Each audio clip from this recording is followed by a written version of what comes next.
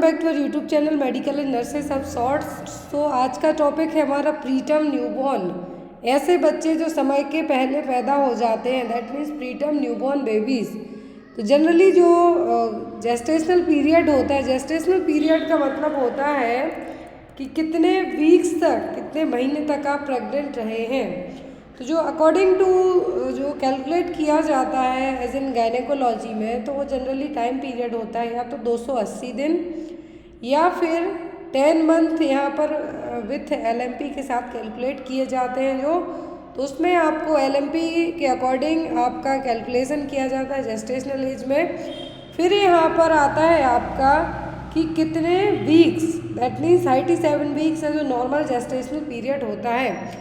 Gestational period और जो maturation level दोनों एक दूसरे पर डिपेंड करता है। तो based on your gestational age, gestational age का मतलब कितने वीक्स तक आपने प्रेगनेंसी को कंटिन्यू करके रखा है।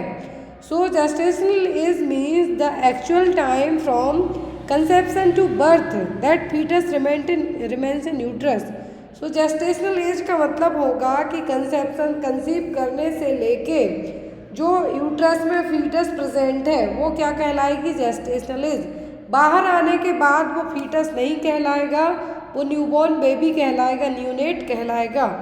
फिर यदि बिफोर 37 वीक के जो नॉर्मल टर्म प्रेगनेंसी कंसीडर की जाती है वो होती है 37 हफ्तों की, कितनी, 37 वीक्स की। लेकिन जब यदि यही प्रेगनेंसी आपकी डिलीवरी 37 वीक के पहले आपका बच्चा पैदा हो जाता है, डिलीवर हो जाता है, तो ये क्या कहलाएंगे, प्रीटर्म न्यूबॉर्न बेबीज़। क्या कहलाएंगे, प्रीटर्म बेबीज़। यदि बिफोर 37 वीक के डिलीवर हो गए तो ये क्या कहलाएंगे, प्रीटर्म। और जो बेबी डिलीवर होके बाहर निकल के आए वो क्या कहलाएंगे, प्रीटर्म बेबी। फिर आता है प्रीटर्म की भी अलग अलग क्लासेस होती हैं। तो टर्म प्रीटर्म में जेस्टेशनल एज पे डिपेंड करता है। फिर आता है अर्ली टर्म। अर्ली टर्म का मतलब है 37 weeks to 38 weeks and 6 days. यहाँ पर जो कंटिन्यू और जो एज एन गायनिक में कंसीडर किया जाता है कि फुल टर्म बेबी होते हैं आफ्टर 37 वीक के बाद, लेकिन इसके पहले होते हैं तो ये प्रीटर्म कहलाएंगे। अर्ली टर्म का मतलब है 37 वीक से लेके 38 वीक और 6 दिन। और फुल टर्म बेबी ऐसे बेबीज़ होते हैं जो आफ्टर 37 वीक के बाद से लेके 40 वीक के बीच में डिलीवर होते हैं। मतलब उनका 37 वीक के बाद डिलीवर होना क्या कंसीडर किया जाता है, फुल टर्म बेबी में।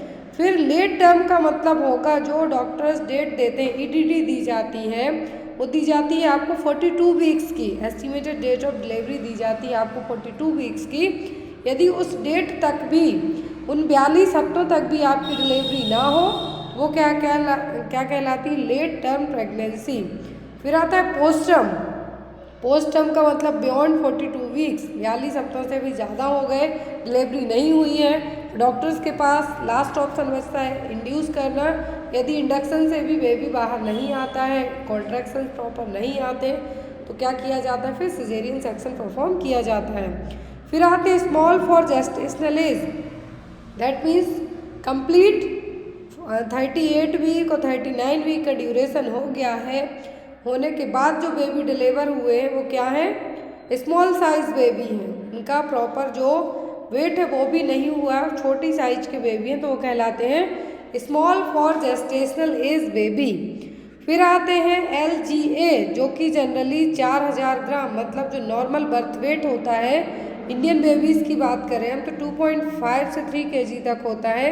लेकिन जो LGA लार्ज साइज बेबी होते हैं, किसमें होते हैं, जनरली जिनको या तो डायबिटिक की प्रॉब्लम हो या फिर बहुत ज़्यादा उनका खान पान वैसा रहा हो या फिर कोई और प्रॉब्लम, तो ऐसे केस में कैसे बेबी होते हैं, LGA। फिर एक बेलार्ड स्कोर होता है। यदि कोई लेडी अपना जो LMP है, लास्ट मेंस्ट्रुअल पीरियड की डेट भूल गई है, जब बेबी डिलीवर होगा उसका जो डेवलपमेंट है बेस्ड ऑन बेबी के न्यूरोलॉजिकल और फिजिकल डेवलपमेंट के अकॉर्डिंग यहाँ पर लेवल ऑफ मैच्यूरेशन को चेक करने के लिए स्केल यूज़ होती है, वो कहलाती है बेलार्ड स्कोर। अब यहाँ पर एक क्लास और होती है, तो ये तो हमने पढ़ा कि यदि जेस्टेशनल वीक इतने से कम होगा तो बेबी क्या कहलाएंगे, प्रीमेच्योर और प्रीटर्म बेबी। यदि ऐसे बच्चे जो 37 वीक के पहले पैदा हो गए तो कहलाते हैं प्रीमेच्योर बेबीज़। अब यहाँ पर बात आती है वेट के अकॉर्डिंग। वेट होता है जनरली जो इंडियन बेबीज़ का वो होता है 2.5 to 3 kg। लेकिन इन केस यदि यही वजन जन्म के समय यही वजन 2.5 kg से कम होता है, 2500 ग्राम से कम होता है या फिर 5.5 पाउंड से कम होता है, तब इसको हम कहते हैं लो बर्थ वेट बेबीज़। फिर यदि यही वेट 1.5 kg या फिर 1500 ग्राम से भी कम होता है तो ये कहलाते हैं very low birth weight babies. फिर आते हैं extremely low birth weight babies जो कि 1000 ग्राम से भी और कम वजन के होंगे। तो क्या हो गया यहाँ पर बेस्ड ऑन बर्थ वेट के LBW very low birth weight babies और extremely low birth weight babies. तो जनरली जो लो बर्थ वेट बेबीज़ होते हैं जिनका वजन 2500 ग्राम से कम है लेकिन 2200 ग्राम है या 2300 ग्राम है या 2400 ग्राम है, तो इनको बिना ICU वगैरह के भी इनकी केयर की जा सकती है। इनको जनरली कंगारू मदर केयर के थ्रू या फिर बेसिक ट्रीटमेंट के थ्रू ठीक किया जा सकता है। बट जो VLBW होते हैं और extremely low birth weight babies होते हैं इनको इंटेंसिव केयर यूनिट की ज़रूरत पड़ती है। तो यहाँ पर हमने क्या पढ़ा, आज का जो शॉर्ट टॉपिक था आपका preterm newborn babies. I think आपको ये समझ में आया हो। कोई डाउट हो तो आप मैसेज कर सकते हैं, कमेंट बॉक्स में कमेंट ड्रॉप कर सकते हैं।